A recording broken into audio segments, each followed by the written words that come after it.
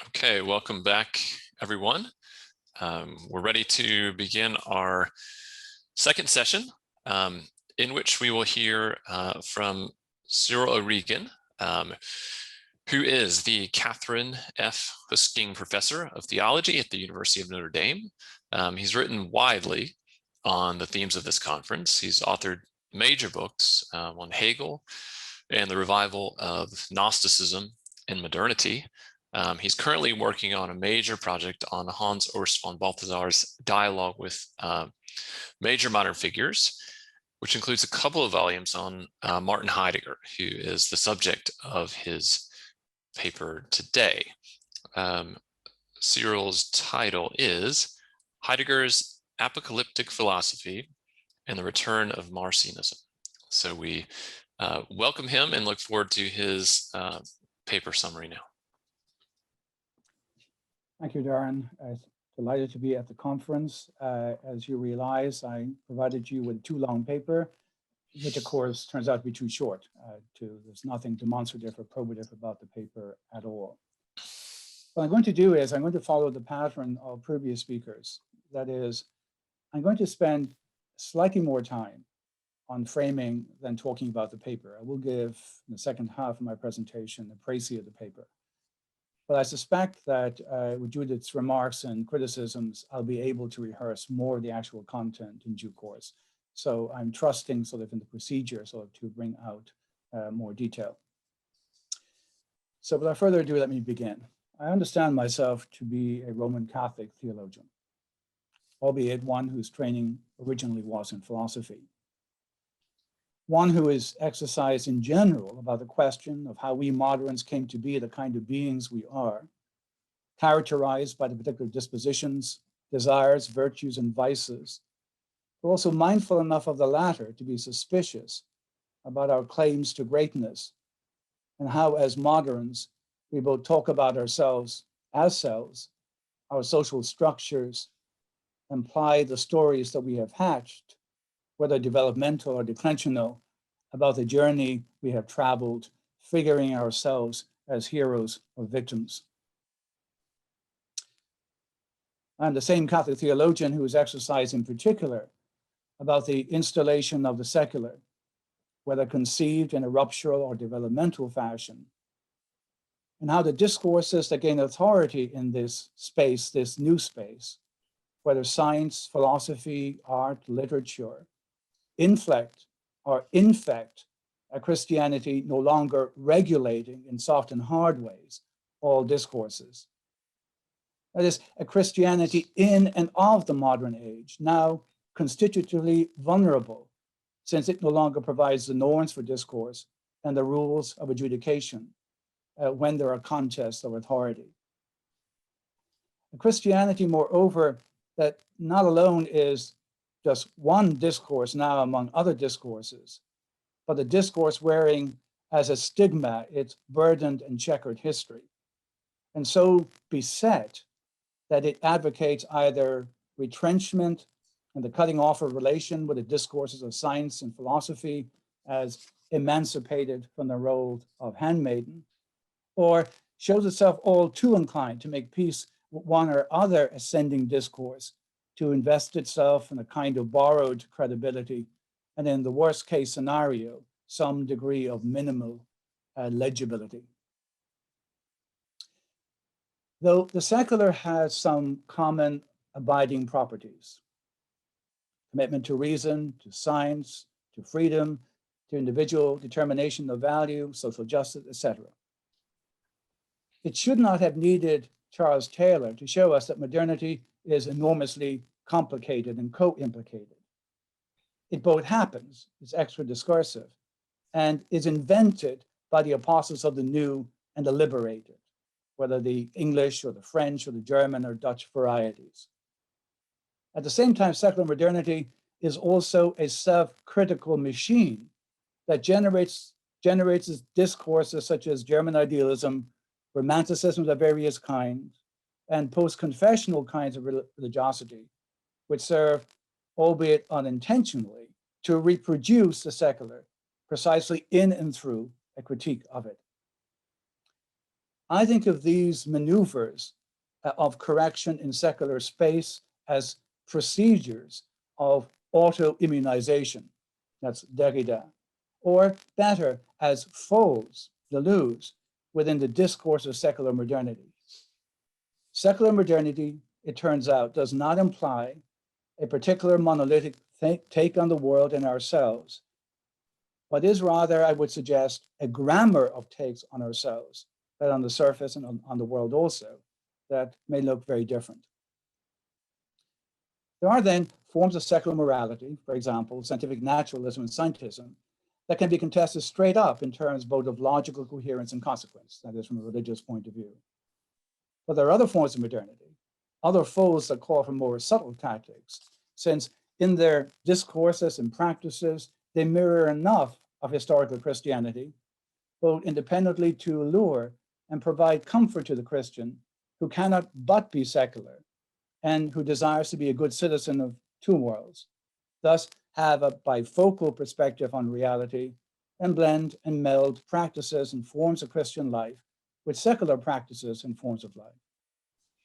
Indeed, to consider the latter, that is, secular practices and forms of life, as correlates, if not corollaries, of Christian practices and forms of life. I'm thinking of prayer, Eucharist, sense of mission, et cetera, et cetera. Now, I am both a practitioner and reader of genealogies of all kinds, not excluding the post-Nietzschean Foucaultian kind, though it needs to be handled very careful by genealogists of Christian persuasion. And they can have value, if only to harass the triumphalist secularist who delusionally thinks that the modern world in fact harmonizes self-interest and justice, profit motive and respect for the rights of all, and inclusiveness and respect for plurality. I am especially interested in genealogies in which a protagonist is Christianity in general, and Christian self-understanding in particular, and that critically assess the threat the secular world poses, particularly in its assimilative or digestive capacity. I consider illuminating narratives of modernity of the declension ilk that suggests that the dissociation between reason and will in our understanding of both God and ourselves gets taken up and ramified in a modernity that insists it has no past. While this kind of genealogy often indicts the Reformation, it also indicts the late medieval period and picks out characters such as Duns Scotus and William of Ockham. As a practitioner of genealogy, I've been particularly interested in those discursive folds of modernity that seem different than rationalism, voluntarism, and proceduralism, that the ever-renewing Enlightenment tends to lift up, and that seem more or less hospitable, that is, these other ones, not those ones, those discourses that seem more or less hospitable, and that are not so much dependent on the corrupted or corruptible fragment of Christian faith, that is, let's say, will or reason, so separated from each other and so forth, or nature separated from grace, but do in fact something different, and in my view, something more fundamental. That is, either systematically rewrite the entire Christian narrative, from God's triune self to creation to eschaton, and maybe or maybe not back into God's triune self, to rewrite the whole thing. Or make a selective cut of Christian discourse that focuses exclusively on redemption at the expense of the created order and its ordinances. Diagnostically speaking, among other discourses, I regard German idealism as an instance of the former, that is, this speculative rewriting of the entire Christian narrative. Equally, I regard the entire work of Heidegger, early and late, as an instance of the latter, that is, dependent upon a selective cut of Christian discourse that focuses entirely upon the redemptive event. These alterations in fundamental grammar raise the question as to where historically we might see in a more simplified state what I think of as the contest of Christian grammars, or the contest between the sedimented grammar of Christian faith established in the early church and alternative pseudo or similitudes of Christian grammar? The answer to that question is that in the case of the systematic rewriting of biblical Christianity, but expressed by and established by the rule of faith, and dependent on the canon of Old Testament and New Testament, is Valentinian Gnosticism, thus my Gnostic Return project. Correlatively, when the Christian narrative is truncated and the redemptive part saved and hyperbolized, we are effectively talking about Marcionism, and thus, again, equally, a fundamental alteration in Christian grammar. In this paper, it is the latter that is to the fore. And I want to make the argument that Heidegger's work is not only intrinsically tied to Christianity, which we continue to debate, but that his apocalyptically inflected philosophy, both early and late, is fruitfully thought of as a form of Marcionism. A form of Marcionism, which, if it has migrated from theology and biblical studies, there is migration involved, is invited back or can be invited back into Christian discourse because of its prestige. The second thing I probably want to make in terms of motivation, and I want to invoke a locution that Brad Gregory brought on board sort of in his paper. I want to open the question of the opportunity cost of welcoming Heidegger back into Christianity once he is so migrated. Let me now provide the gist of the paper. Von Harnack provides a point of orientation. Von Harnack is the first great scholar of Marcion, whom he critiques in light of the Reformation, but also whom he recommends over against the subsequent history of Christianity, which in the shape of Eastern Orthodoxy and Roman Catholicism have corrupted original Christianity. These two Christian confessions, of course, are to the forefront in the famous Hellenization hypothesis. The value of von Harnack setting the table in the early 20s is twofold. He makes a fundamental decision about the essence of Christianity that foundationally excludes a Christianity of doctrines, rules, and obligations that are at odds with human beings' aspirations and felt responsibilities. He can identify this form of Christianity with the Reformation, but also with Marcion, who's more radical in downgrading Judaism to a mere historical context of Jesus, rather than being definitional and internal to Christianity itself. Marcion represents the road not gone, the subjunctive that did not apply, but might still apply, hopefully, and perhaps ought to have applied. In some ways, von Harnack is also a genealogist, but he's a genealogist sort of for the Christianity into orthodoxies, for whom, unsurprisingly, the move away from perdition starts with the Reformation, proceeds through the purifying fire of Kant's ethical religion, and is realized in liberal Protestant theology of the late 19th and early 20th century, in which, of course, he provides the supreme instance. Harnack, in short, supplies the standard model of Marcionism. But I want to argue that in addition to this standard model of Marcionism, we could, in fact, bring on board that there are apocalyptic versions, present apocalyptic versions of Marcionism also in play in the late 19th and early 20th century. And that in the case of Heidegger, who is not a theologian, I want to argue that in a form of philosophical translation, Heidegger offers a version of apocalyptic Marcionism. Indeed, this is the rubric under which I include all of Heidegger's work, both the work of the earlier Heidegger, which has Being in Time as its central product, and also the later, more hermeneutic Heidegger, the interpreter of Nietzsche, but above all Hölderlin, that is the Heidegger preoccupied with the recircularization of the world. He discovers that is intimated in the great German poet. Or truth be told, not simply a great poet, but a great poetic thinker, a prophet, a seer. The argument in general for the prospect of the ascription of apocalyptic Marcionism is made in section 1 of the paper, which most of the audience does not have. It's in sections 2 and 3, respectively, that cover the work of the early and later Heidegger. So I'll just say something about both very briefly, and I'm sure that Judith will get into some of the details. So in section 2 of the paper, that's where I look at the early Heidegger.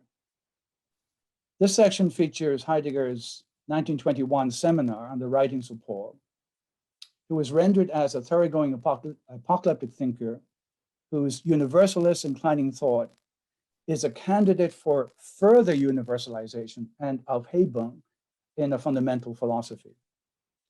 I argue that Heidegger's focus on Thessalonians 1 and 2 takes the form of a focus on the eschatological hour of decision, which suspends all morality, personal, social, and religious givens, and in a sense constitutes the subject as a subject. So 3 summary points. First, erasure.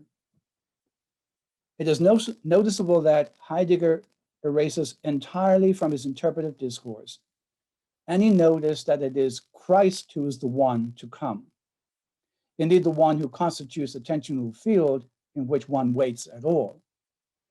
This is a move that does more than hyperbolize the distinction between law and gospel of Luther, who at this juncture seems to be Heidegger's favorite theologian.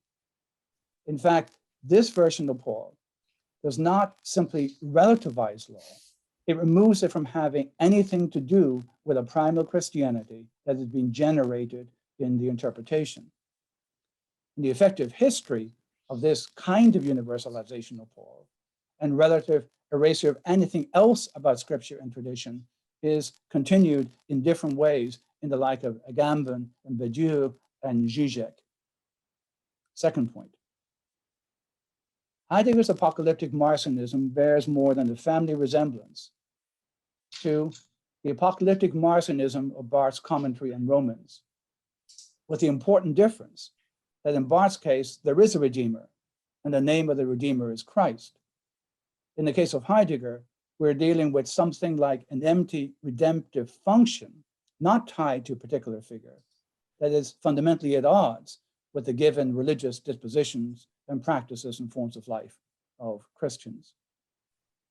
And third, I see Heidegger's interpretation of Paul as providing a lens in and through which to read Heidegger's reflections on time and the general analytic of Dasein and being in time, with its view of the unanticipatable future, the impossible possibility of death, and also the horizon of all human existence in the ungroundedness of nothing, which plays the role of the God function, of course, without God. Let me now just say something about the later Heidegger. Obviously, making the case with respect to later Heidegger is far more difficult and tricky. There has been a shift in the mode of access to reality to be accomplished by philosophical reflection. There is a religious, if not mythological, aura of the holy and the fourfold, and a definite shift of emphasis in Heidegger's philosophical anthropology from the voluntarist to the contemplative. In any event, we're left with the question as to whether these differences and others make a real difference, such that diagnostic categories and genealogical location that worked for me with the early Heidegger, whether they can automatically work with the later. And even if they cannot automatically work with the later, I want to suggest that they do work with the later, in fact. And again, I briefly make 3 points, and this will conclude. First, with Heidegger's Hölderlin commentaries and the Beiträge particularly in mind, and from a substantive point of view, having the notion of Ereignis or event in mind, and specifying that if event is eruptive as well as grounding, it also abrupts a particular person from society and from history. I want to suggest that whatever discontinuities there may be between the early Heidegger and the later, Marcionism is not one of them, nor apocalyptic, obviously. Having his very productive 1930s and 40s a set of works in the rearview mirror, nonetheless, in his 1966 interview in Der Spiegel, Heidegger captures in very summary fashion what the essence of his interpretive exercises have been about. Only a God can save us. Notice the indefinite article. The Savior is not named, and perhaps is in principle unnameable. The emphasis falls on redemptive function that can be satisfied in almost infinite ways. And the final two comments are about taxonomy and genealogy, about diagnostics and genealogy. Taxonomy. Still, there are differences with regard to how to categorize and genealogically inscribe. Given the invocation of the milieu of the holy, divested, of course, of the Holy One of Jewish scripture and the Christian Bible, and given the delineation of the fourfold as a space of meeting or greeting of earth, sky, mortal, and immortal, it seems best to say that the later Heidegger exhibits a form of apocalyptic Marcionism. I take it so that Ragnar sort of is going to give you sort of your apocalypse, with what I call a chthonic twist, a kind of Tellurian earthly twist. That's a taxonomy. The genealogy sort of goes like this. So the question is, can this species then of thought be inscribed in the genealogy at all? And I think the simple answer to this question is yes, and all I give sort of for gestures. It's a longish paper, but not half long enough. So think for a moment of Fichte's critique of revelation. Schelling's pamphlet on Marcion, the first thing I think that he wrote.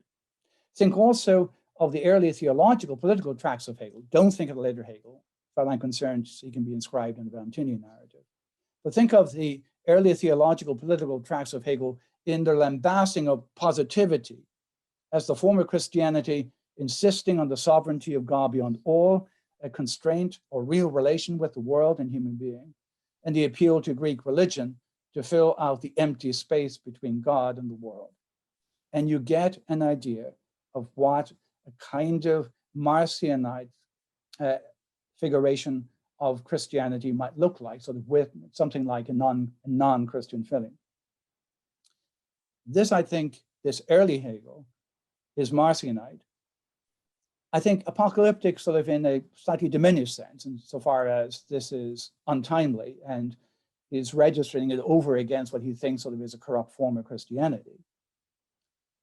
But also because precisely that he's recommending that there has to be something sort of in between, then I'm thinking about it as having this chthonic twist. I want to suggest that a similar argument can be made for Romanticism in general, not necessarily all Romantics. Thus Romanticism's religious importance, not simply literary importance. And more importantly, German Romanticism, keeping in mind, of course, Heidegger's infamous chauvinism. That's enough for me. Thank you. Okay, thank you, Cyril. Thank you very much for your paper. You've given us sort of detailed and interesting engagement on another really major figure to go along with Kierkegaard. We have a response from Professor Judith Wolfe, who is a professor of philosophical theology at the University of St. Andrews. She has written 2 books on Heidegger, one on his eschatology and another on his theology more generally. And she's currently working on a monograph on eschatology and modern Europe, which we are looking for from Oxford University Press in 2022. She'll be a great respondent for this paper. So we're looking forward to hearing what she thought of it. Thank you very much. Thank you, Cyril. I expected that you'd leave me the task of summarizing some of your paper, so I will do 3 things. I will go through the contours of your paper again. I will offer some interpretations, and then I'll raise a few questions at the end. Like Thomas, I will read the response partly to keep myself to time. Cyril begins by rehearsing some objections to the practice of genealogy within Christianity. The primary one is the suspicion that in its modern form, promulgated by Nietzsche, it may be a Trojan horse. A much more modest one is that in its older Christian forms, genealogy is primarily apotropaic or exorcistic in character, adduced to deflate heretical positions by ascribing them to suspect founders, and therefore may be useful in defensive but not in constructive forms of theologizing. Now, though Cyril doesn't draw attention to it, it is both clear and ironic that these objections to genealogy are themselves genealogical in nature. Genealogy is bad because it is Nietzschean. Genealogy is anti-constructive because of its apocalyptic use by the Church Fathers.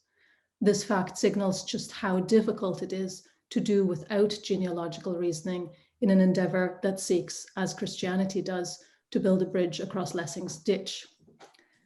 Cyril himself affirms, if not the exorcistic, then the deflationary function of genealogy, hovering between what Peter Harrison yesterday described after Colin Koopman as the problematizing and the subversive modes of genealogy.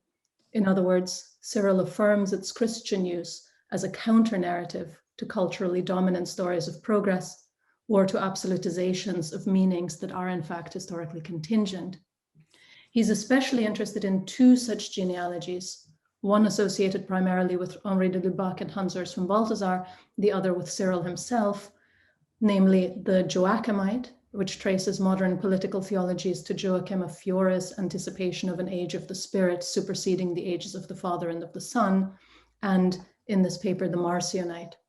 Now, briefly on Joachim, as Cyril points out, Joachim's tripartite division of history is operative in much German philosophy of history, from Hegel to Ernst Bloch to Gianni Battimo, and through Hegel and Bloch in theologies of history, such as Moltmann's.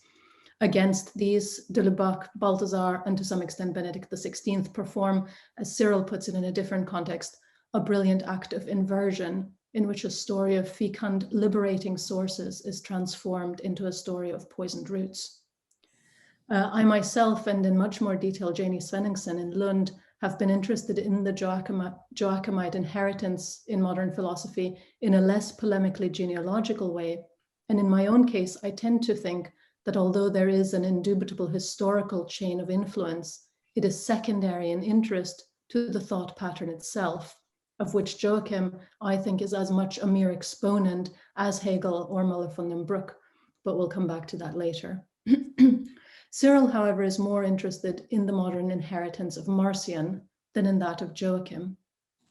Cyril is, of course, well known for arguing for a return of Gnosticism, by which he primarily means Valentinian Gnosticism in modernity.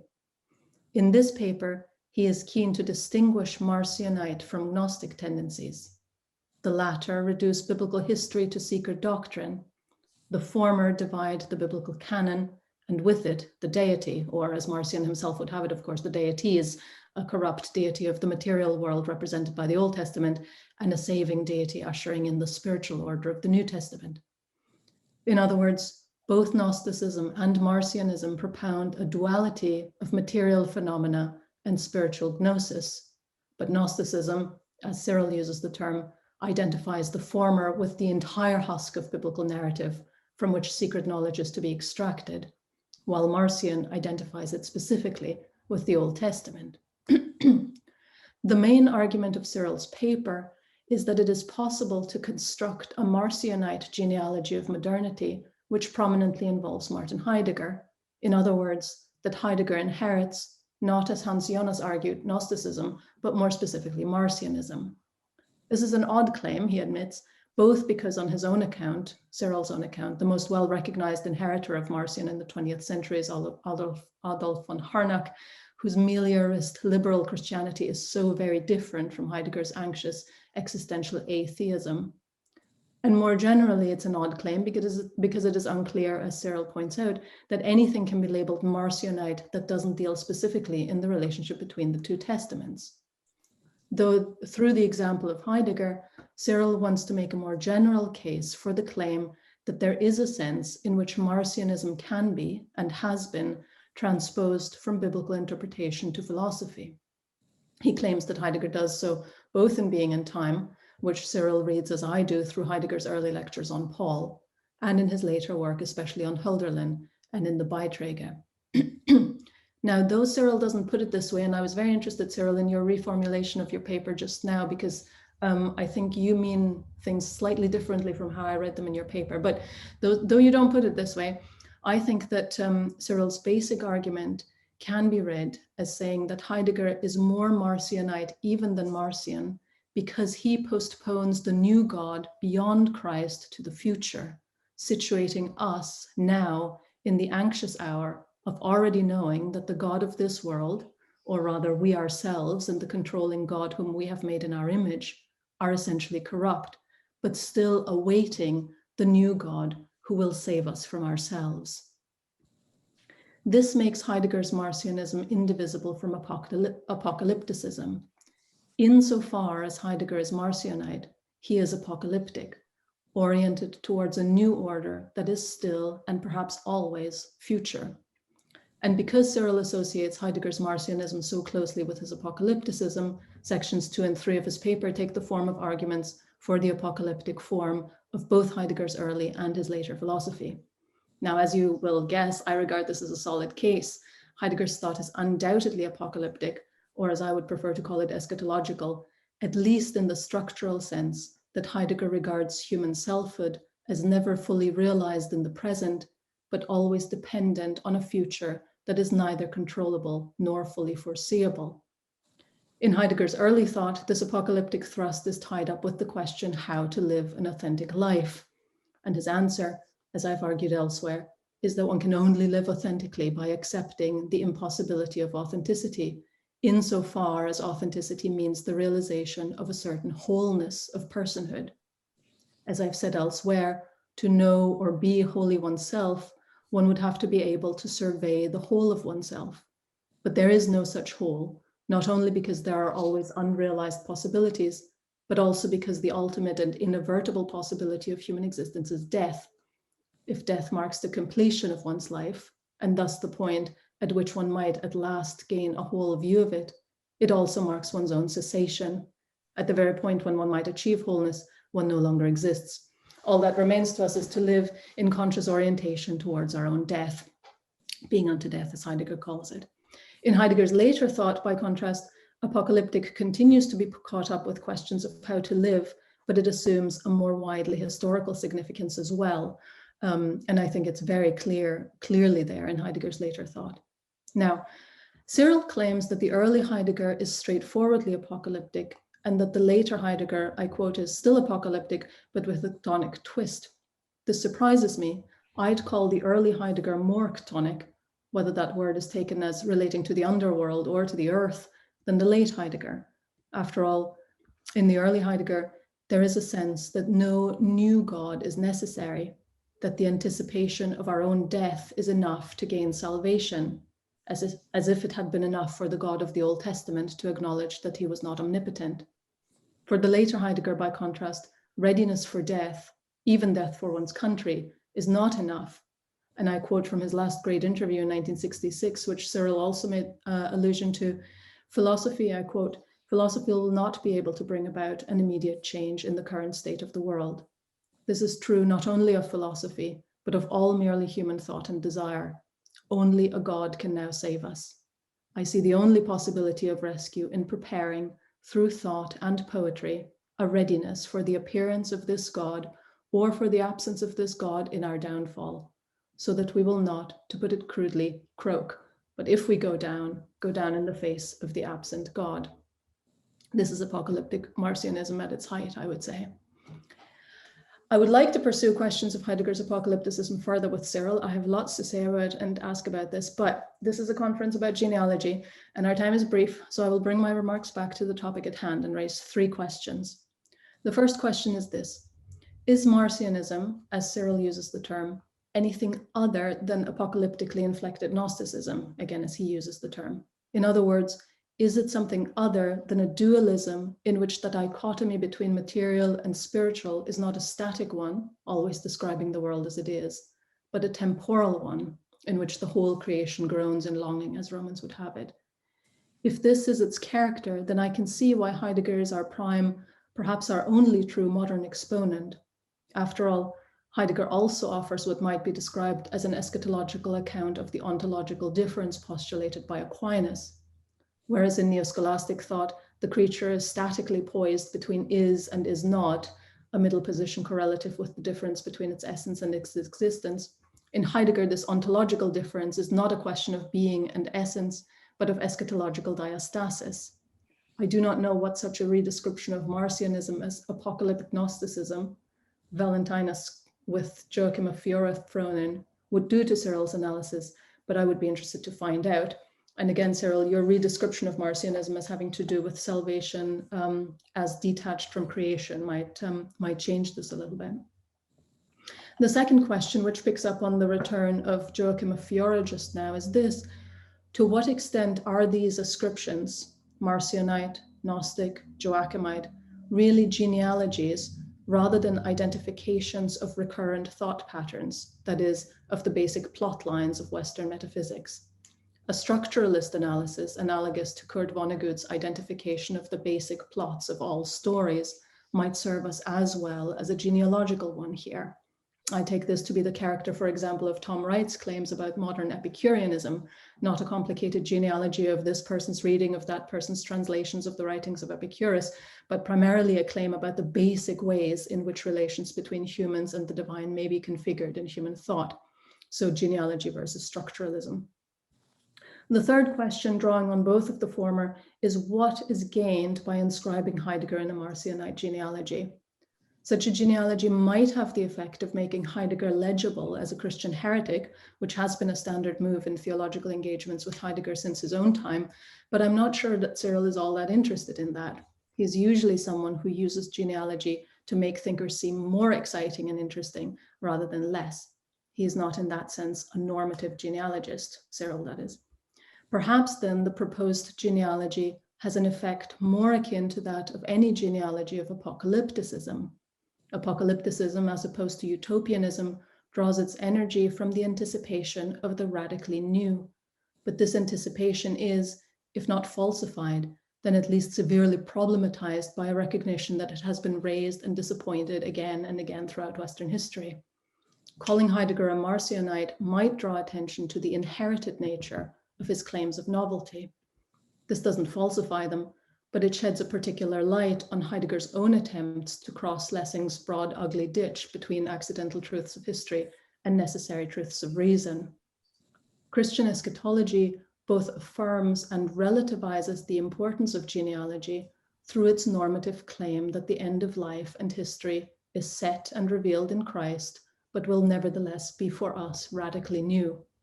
Ultimately, though Christianity throws up temporary bridges across Lessing's ditch, it awaits the day when it, along with every other valley, shall be exalted and made straight. Thank you. Thank you very much, Judith. You've articulated several questions there at the end. Cyril, would you like to respond to those questions or other aspects of the presentation? Sure. I mean, all the questions are marvelous. Analysis was marvelous too, and analysis itself, so there's a set of questions. So questions multiply. Let me actually not start with answering the three questions, but I will get to some of them. But I think just to line up sort of with some of Judith's earlier remarks, which I think sort of to some extent get at something that we've been dealing with all morning. That is, if you like, the pathos of genealogy. So it would look like sort of that one is involved in intellectual exercise, and I take it that's not quite that, but you're involved in an exercise which self-reflectively, as a theologian, you're wondering about its value and where you might place it. So I think that when Judith is talking about, well, the attack against certain kind of genealogies is also genealogy. Well, I think that seems to me to be correct.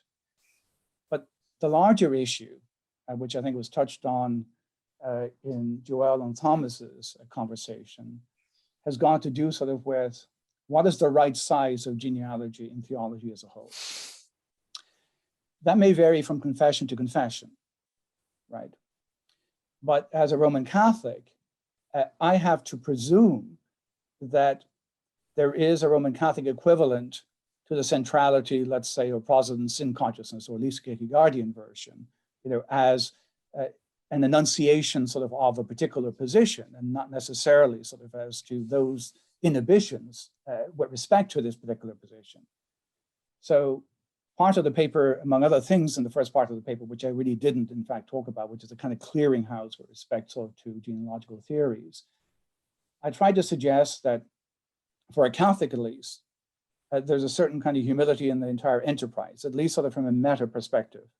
That is that genealogy can and only should be a part of apologetics, and that part of apologetics which is polemics.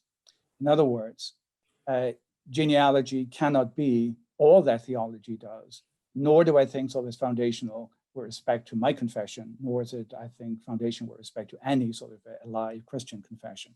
So I think that there was an intimation of that sort of going on. So I'm going to put that out on the table. Right, let me now turn to some of the questions.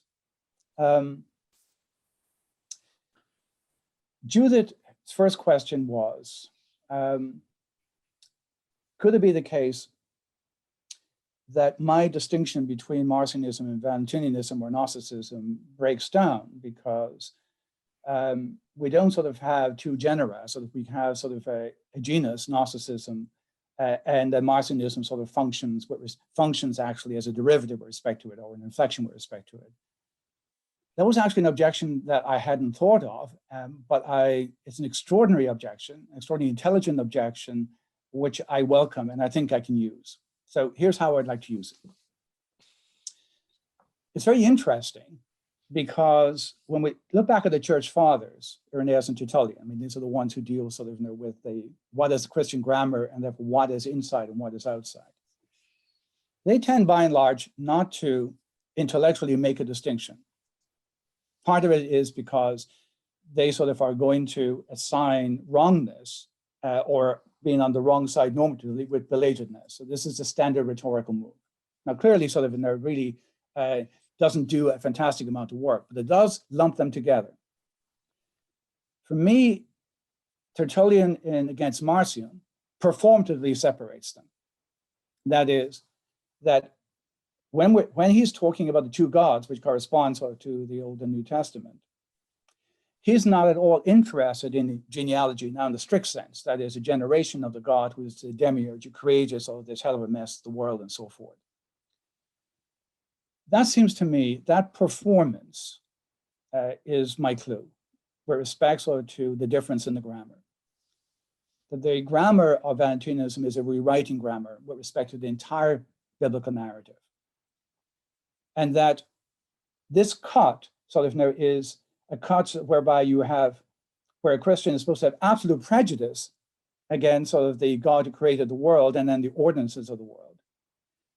But also, to some extent, you affect a disinterest in giving any sort of beyond sort of that this is a bad God. You have no interest in how this God came to be. For me, these grammatical narrative moves are fundamental. I can see the point that if one didn't buy sort of this grammatical distinction, I can see sort of Judith's point. That is, after all, they have been lumped together, and they were certainly lumped together sort of by Hans Jonas. And typically, they have tended to be lumped together because Christians sometimes want to talk about the difference between their God sort of and the God of these heresies is the separated God. And of course, in both cases, Valentinianism and in Marcion, you've got a separated God. I think that that's not the best way to go.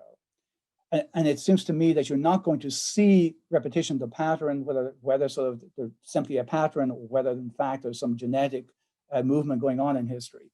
You will not be able to make distinctions. I want to be able, on the last analysis, shall we say, to be able to distinguish between Hegel and Heidegger and not regard Heidegger as however involved he is in the interpretation of Hegel, which I can talk endlessly about. He is not a repetition by other means of Hegel. I want to say that. So for me, the grammatical point is decisive in the last instance. And I think so that lumping them together actually sort of blurs things and makes actually the diagnosis somehow or other, well, you've got an alien God and it's not the Christian God and so forth. It really blurs, it seems to me, the line. So I'm going to insist upon the distinction, though I'm tantalized by the correction. So not taxonomy or structure or genetics. By and large, and this is why sort of I myself in my paper had taxonomy and then genealogy. That is, taxonomy is going to do sort of, with you seeing a form, right, and seeing this form repeat itself. So I think so that the book that you mentioned with respect to Epicureanism, sort of part of what one does is you will not be a genealogist unless at least you see that, and unless you're also a taxonomist. From my point of view, I would want to say more than that. I would want to say sort of that, well, in some cases, not all cases, there's some kind of tracking sort of, of reading and so forth, sort of, which will further your case or buttress your case and so forth. I'm certainly prepared to say that when I'm talking about German idealism, I'm doing a genealogy in a strict sense, because I think I have also evidence. It's not simply a taxonomic reading. In this case, it's probably a little bit more taxonomic than genealogical in a strict sense, insofar as I don't actually have anything like a paper trail. I do, in fact, sort of have a perception or insight sort of another kind of Marcionism sort of in the 1920s, of which then sort of it turns out that Heidegger represents what I call sort of the migrated version. And this is, I think, is what I want to, I'll just say a word about that and then I'll stop and leave people come in. It's very important to me not to say kind of straight up that, okay, Heidegger is a Marcionite. Well, look, he can't be a Marcionite of any sort, apocalyptic or otherwise, in a standard way. What I wanted to suggest, and this is how I made an appeal to Kant, so to give you sort of a kind of gestalt with respect to the move. So Kant's religion within the boundaries of reason alone, is a kind of philosophical power move on Christianity, whereby sort of he's going to say, here is the core that's worthwhile preserving, and the rest, the historical stuff, the dogmatic stuff, we leave that to the theologians, which means it's entirely useless. Then once he's done that, sort of, and now sort of he's opened up another screen. It's like Christianity in another screen. Then there's an invitation for Christians, and I'm more interested in what Christians do. I mean, I see the maneuver.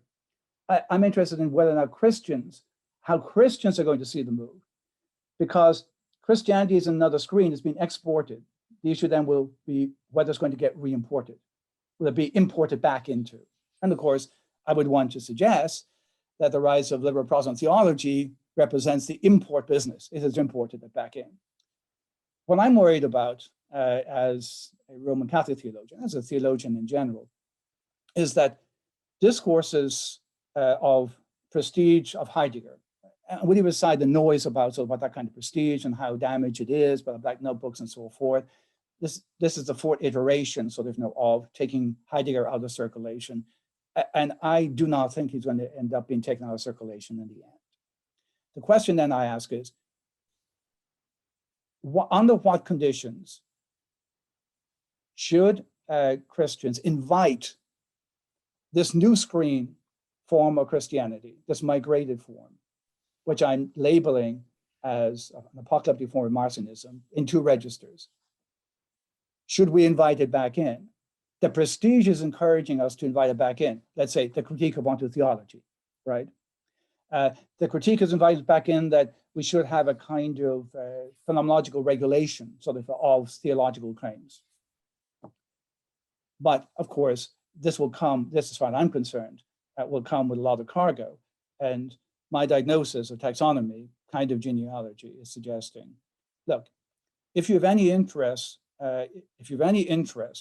in the canonic narrative, if you think so that Christianity is actually intrinsically linked to Judaism, however in a flawed fashion, however supersessionist and so forth, if you think that's the case, it seems to me sort of that you should proceed carefully.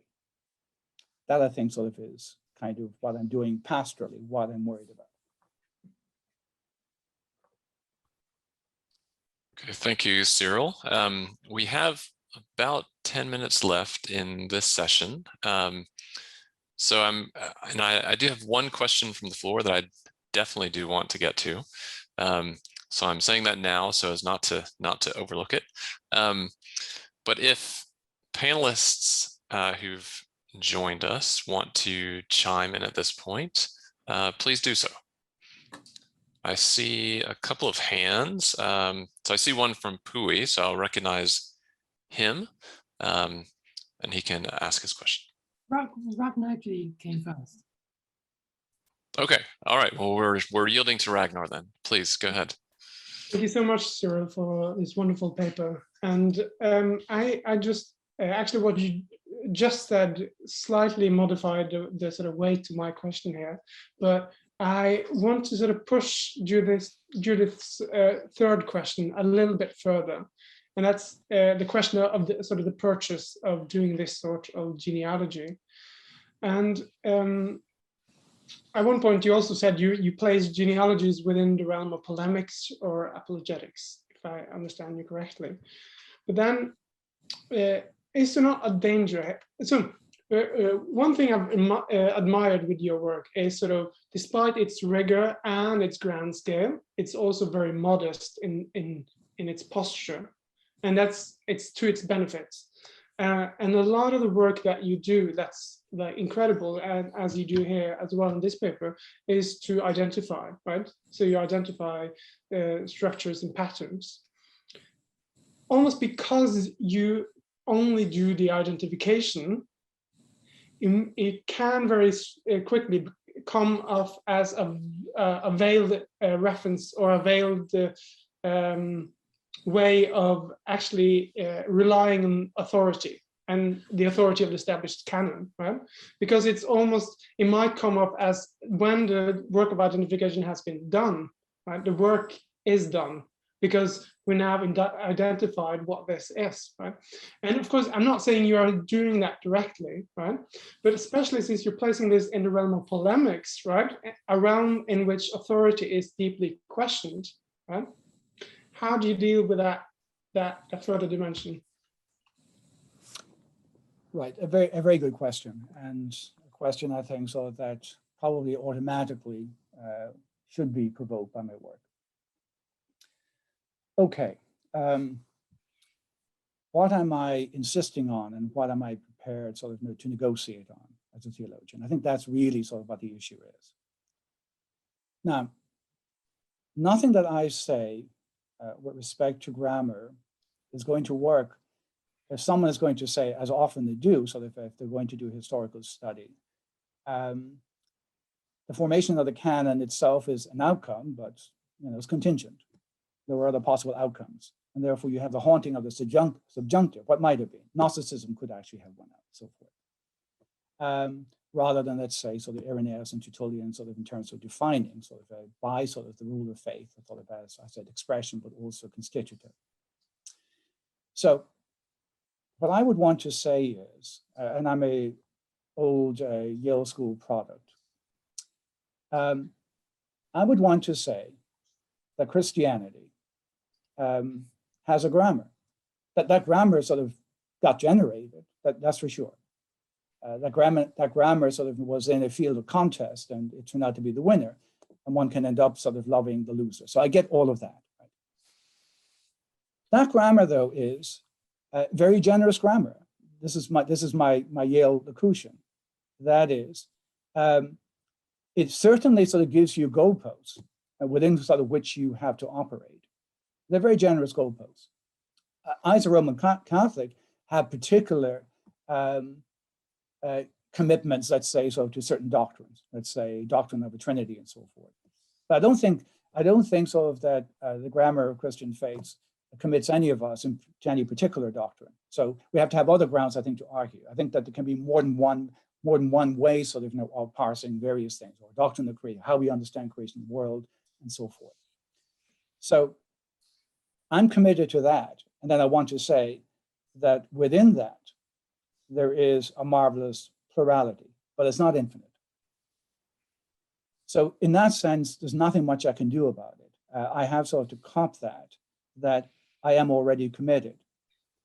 My particular theological commitments don't come into this. In other words, my particular theological commitments But my commitment that there is a grammar with multiple instances within Christianity, that's a commitment. There has to be something that gives me some kind of leverage to identify. If I don't have that, I can't identify. I am identifying, and I am rowing in with that grammar, as opposed to what I'm arguing are alternative grammars. Van grammar is an alternative grammar, which uses the free-floating New Testament and Old Testament texts to configure differently than it turned out or was on its way in the middle of the 2nd century and so forth. And Marcionism sort of before, but also during that particular time in terms of Marcionism and its development, it seems to be articulating a choice. That is, that it's we can think about Christianity in the following way and not in the way some other groups, that is, shall we say, the winners, are actually thinking. In this instance, I want to say sort of that, yeah, these are incredibly important possibilities. They're incredibly important grammars, and we haven't got rid of them. In other words, that there is a winning grammar which I'm going to agree with.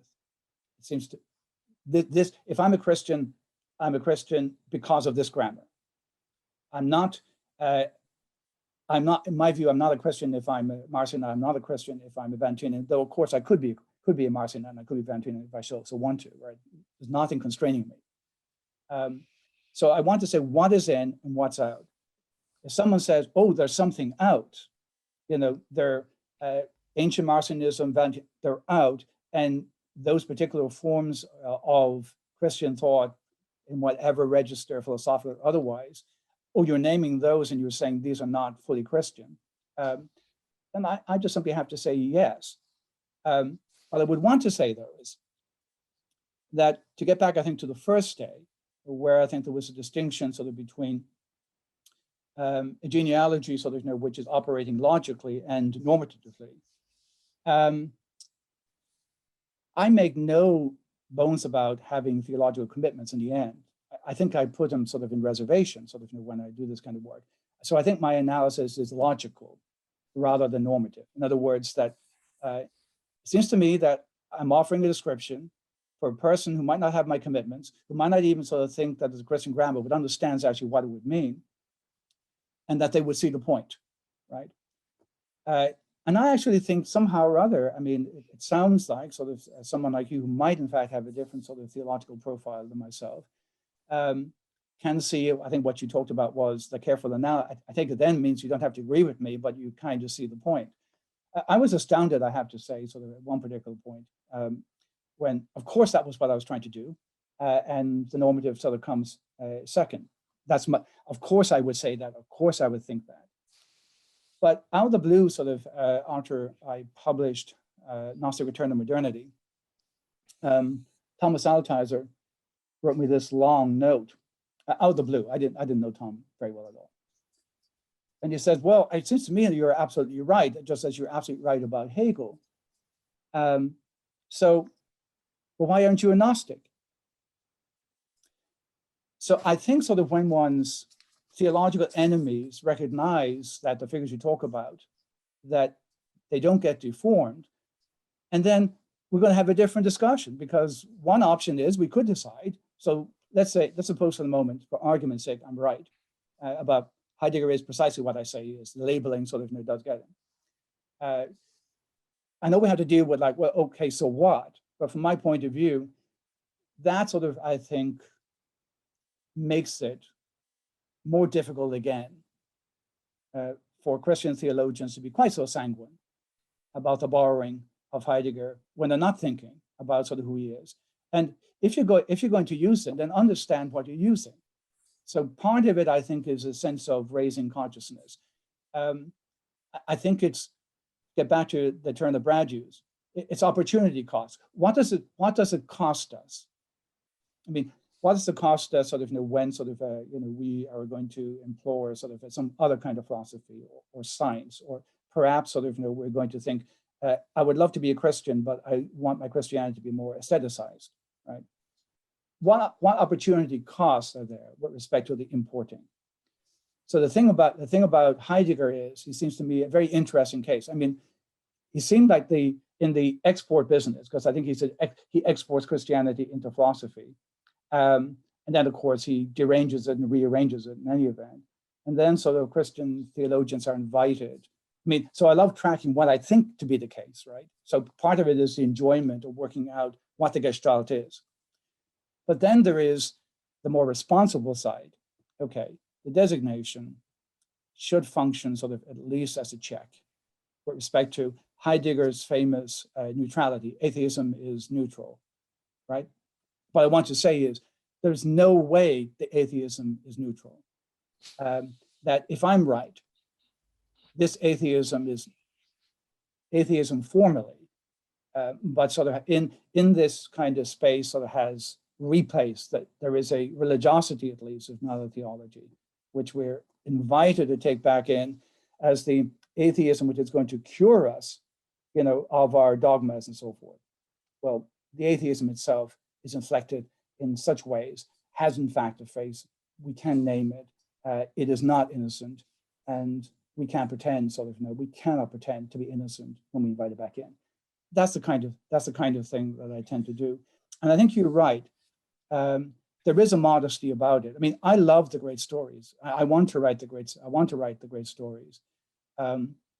But these inhibitions that I introduce sort of into my work are, I want to, but we have to find the categories, we have to justify the categories, and we have to have sort of not really a narrative ability to tell the story about, well, everything is this.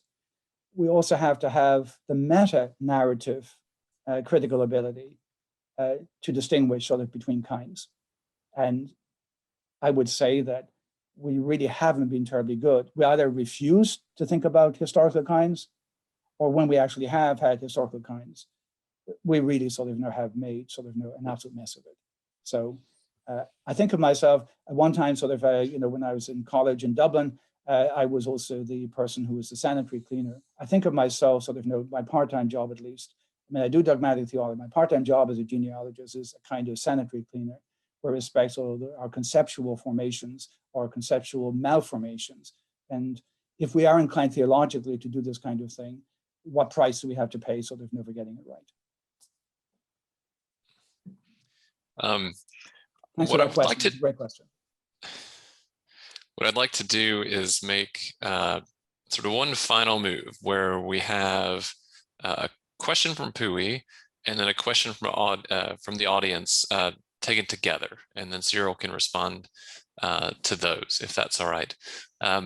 So let me read the question from the audience, and then I'll let Pui articulate his question after that. So the question from the audience is, do you believe that the ethical and anti-Gnostic approach of Hans Jonas, who was a student of Heidegger, could help in this project? He provided a nice answer to the neo-Marcionism in the Weimar Republic at the time, and Martin Buber did something similar. It's amazing that so many Jews were fascinated by Heidegger and provided their own response to his problematic view. So well, Pui, can you? Yes, I can be short. My question goes like this.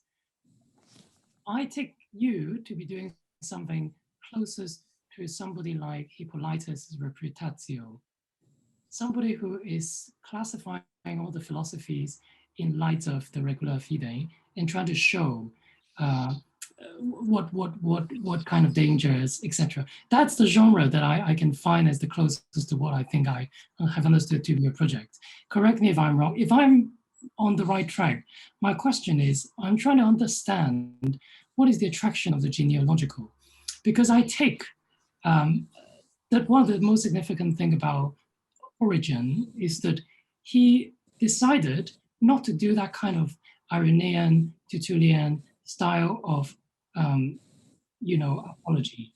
Instead, the project became out-exegeting the heretics. The projects become a constructive one, where all the options are always there, but he performatively tries to out-exegete them.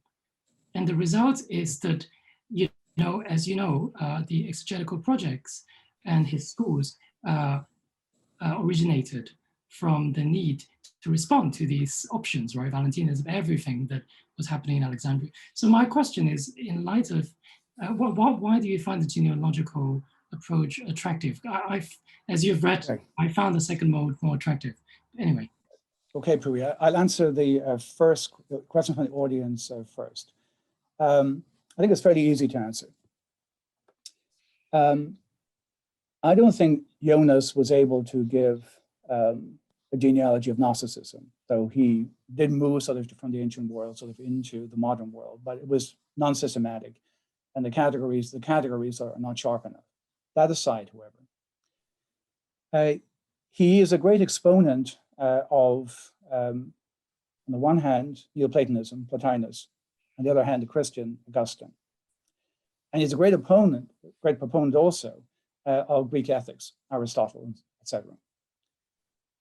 So what he thinks is that, and the second volume sort of the Gnosticism, which is dealing actually with the counter, so to broadly speaking, Gnosticism in the classical period. That's pretty constitutive sort of for him, that you could say that a virtue ethic is the therapy with respect to the disease that he names. And he's actually, I think, sort of doing a different kind of diagnosis. I'm looking sort of at grammars rather than at pathology. So I think that he's a pathologist. We've got the disease of Gnosticism, the disease of alienation, which continues on into modernity, right? Repeats itself. We've got cells who are bifurcated, and we've got cells which are anatomistic. And what we need whole cells, and we need communities. And the classical tradition of Aristotle, particularly his ethics, is going to actually fund that. And therefore, it's no surprise that all of the work that his more constructive work that emerged really had got to do with ethics of responsibility, had got to do sort of with taking account sort of a fully embodied cells and so forth, which are rather different than sort of what he's suggesting the Gnostics did. So that's my brief answer to that question. So my answer sort of to Pui. I'm going to say two things. One is general, and one is I'm going to take up sort of your recommendation of origin and talk to that. One of the things I said in the early part of the paper, which I didn't really mention very much, but I think was touched on briefly by Judith, was I want to call myself a genealogist of a certain type. I even want to say reactive type, not reactionary type, reactive type. That is, I think Christian genealogy is reactive. That is, it doesn't actually volunteer to do this kind of business. It's provoked to do it, provoked by immediate circumstances, procedural discourses, but also because those sort of who either are not Christian or those sort of who have a very odd view of Christianity are going to tell narratives and stories about how it came to be and therefore what it is. And that's what I meant by, in reaction, you got to tell the story against the story. That is, that to the degree to which I'm a genealogist, I'm a person involved in the counter narrative or parts of a counter narrative to delegitimate sort of the major narratives. So that's what I think theology does. It doesn't volunteer to do so. It just feels a necessity to actually not allow Christianity to get inscribed in other discourses, whether they're emancipatory discourses or whether they're genealogical of the Nietzschean type. That's first. Second, you are of course right, and my sympathies sort of lie with Origen insofar as Origen, at least in first principles, is going to elaborate sort of a systematic theology. And we'd even say maybe it's the first systematic theology. Now, in my remarks to Joel and Thomas earlier on, I made a point which I want to reiterate here, and I think actually, factually speaking, sort of is correct with respect to Origen as well. I won't impugn at all, Pui, that Origen is different in kind than Irenaeus and different in kind than Tertullian. But I also want to say, not quite so different as you suggest. All you got to do sort of is, if your text turns out to be what we have of Origen's commentary on John, that's a far more anxious text, right? Heracleon sort of is in the background, Gnosticism in the background. So again, I think it's important to think about genealogy, dialectic, whatever, and a constructive theology. These are coefficients. It seems to me so in Christian theology. So there'll be dominant recessive relationships. And so, yes, a modified form of what you say would be that Origen is primarily a constructive theologian, elucidating sort of faith for his community, productively and constructively, illuminating faith sort of for his community. But it does not mean so that he does not have rearguard actions against interpretations of that gospel, John, which most easily lends itself to a Gnostic interpretation, right? And Bultmann would have Bultmann, his own exegesis of John would indicate why that might have been the case. So I think sort of I would slightly modify what you say, but accept the main point. I myself would, as a theologian, suggest that the fundamental role of theology is, in fact, to elucidate, elaborate Christian faith, to deal sort of with the tensions or deal sort of with the incoherences that arise historically, for which Christians are not responsible. The general culture is responsible, but also those ones for which we are responsible, etc. That's the primary task of theology. But here's the thing. We don't have the luxury of doing it in a vacuum. And while we don't want to apocalyptically inscribe ourselves, I would have to say, Christians are, and Christianity is assailed by modernity. It is assailed. Christianity was once the referee with respect to discourses. Now it is the discourse which gets refereed. And of all the discourses, is the one which has least prestige, least cultural prestige, the one for which you have to be most apologetic and so forth. I can't but help take account of that situation, despite the fact, I think that to name that and to name those narratives and to counter those narratives is not really the central business of theology, but it turns out to be one that in the current circumstances and going towards the future is going to be unavoidable.